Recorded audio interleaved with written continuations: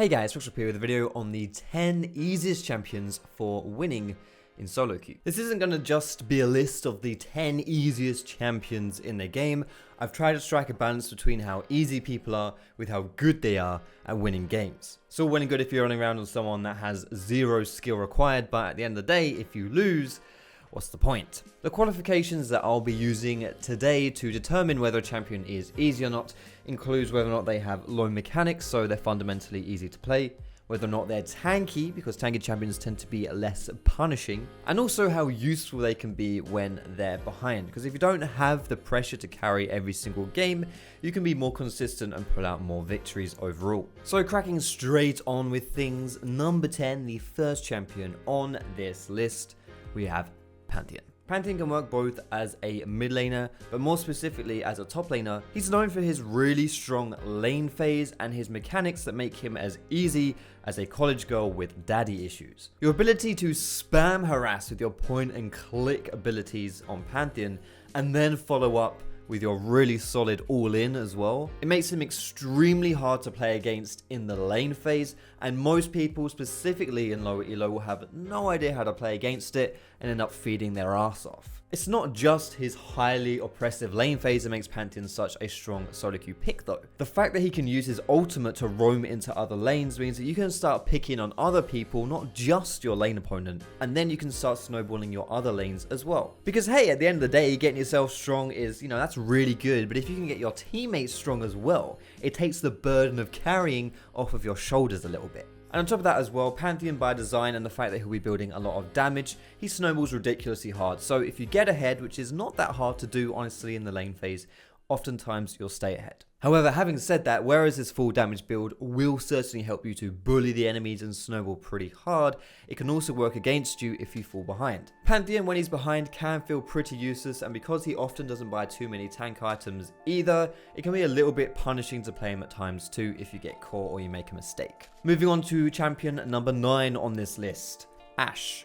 Dad Ashe has arguably, in my opinion, one of the best abilities in the game for an AD carry in solo queue. That is, of course, the fat off arrow she casts when she uses her ultimate. Honestly, it's pretty much this ability by itself that makes me stick Ashe on this list. This arrow is so ridiculously good in solo queue. It means you can initiate plays, so in the lane phase, you can start something and get kills. Later on into the game, you can start team fights, so catch people out of position. Like, initiation in general as a tool for solo queue is so nice because it means you can pick favorable fights where you want to, but it also means that even if you do fall behind in the game, you'll still be useful because this arrow is still going to do its job. Outside of that, Ashe has a ridiculously simple kit. I mean, she pretty much only has 2 abilities that aren't her ultimate, and she's also a fairly strong lane bully if you're comfortable trading and harassing with your auto attacks. However, having said that, I would also say that has potential to be a downside for Ashe, because I would argue that using your auto attacks to harass and to trade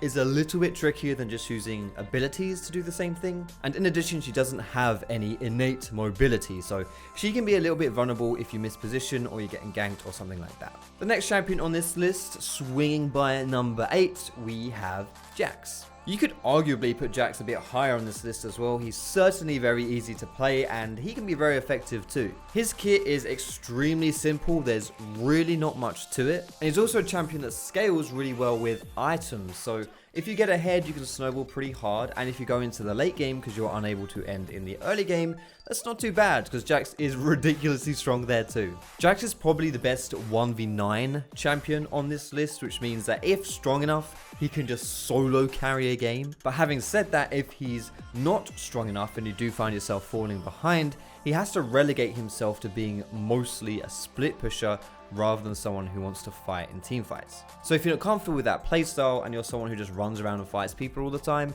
then Jax can be a little bit punishing to play if you're not ahead. Next on this list, we have a champion whose ponytail is rivaled only by that of Yasuo, Xin Zhao. Kind of like Jax, you can play this guy top lane or jungle. And also kind of like Jax, he's someone who likes to fight all the time, and when he gets some items, is very strong. Having said that, even without the items, Xin is really strong. His level 3 is ridiculous. You can go hard on pretty much anyone once you reach level 3 on Xin, and if you're jungling, you can gank really well too. That's not to mention that Xin has arguably one of the easiest kits in the game. Like genuinely, you just run up towards someone, you charge them, you press your abilities, and they die. There are some negatives to playing Xin, however, of course, kind of similar to Jax's, where if he falls behind, he can feel pretty useless. And also, specifically in the early game, you'll be pretty squishy, so if you misplay or you get caught or something like that, it's quite easy for you to die. Next champion at number 6, we have Swain. Now, you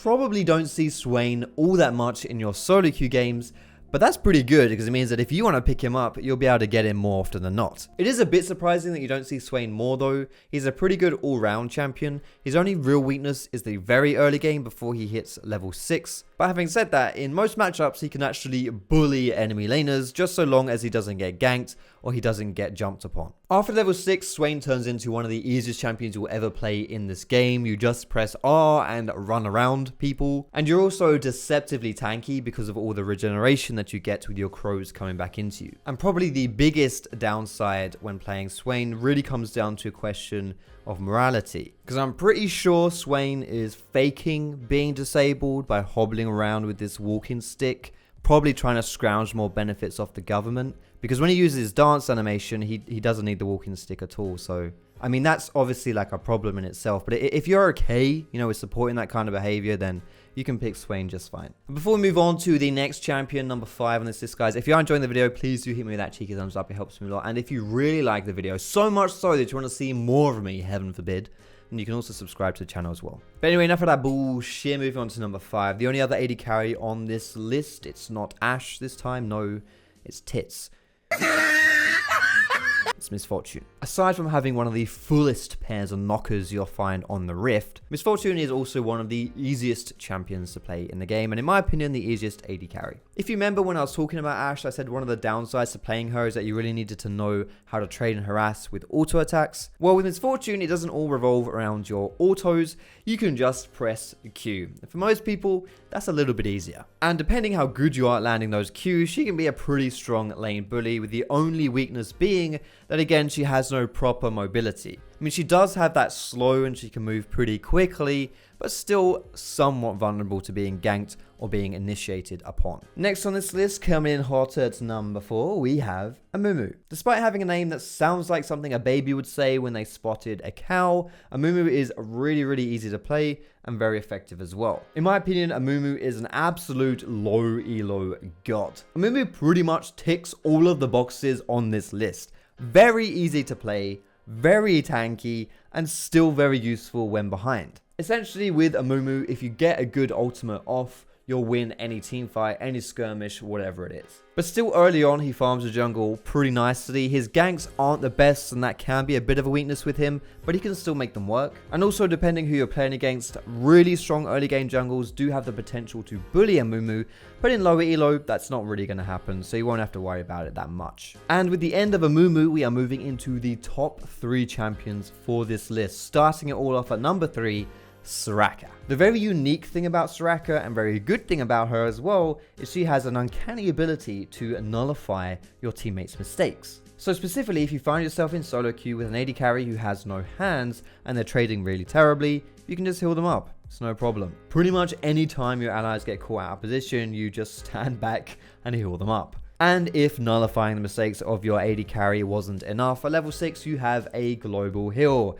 so you can do it to everyone on your team. The only real weakness to Soraka is that she's very squishy early on, so you have to position very far back, and also she's fairly vulnerable to being ganked. On top of that as well, Soraka is not the most proactive champion in the game, so if you're looking for something a bit more exciting, she might not scratch your itch. And at number 2 we have the little girl, LS's favorite champion that isn't named Lee Sin.